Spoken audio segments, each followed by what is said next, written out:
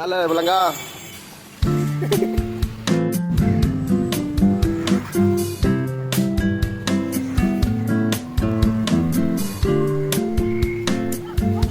okay okay ਇਹ ਤਾਂ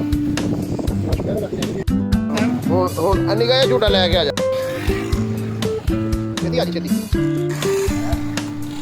ਮੋਟੀ ਬੜੀ ਗੱਲ ਕਰਦੀ ਬਸ ਬਸ ਇੱਥੇ ਲੈ ਆ ਇੱਥੇ ਹਾਂ ਸਹੀ ਦੌੜਦੀ ਆ ਭਲਾ ਆਇਆ ਕਿ ਨਹੀਂ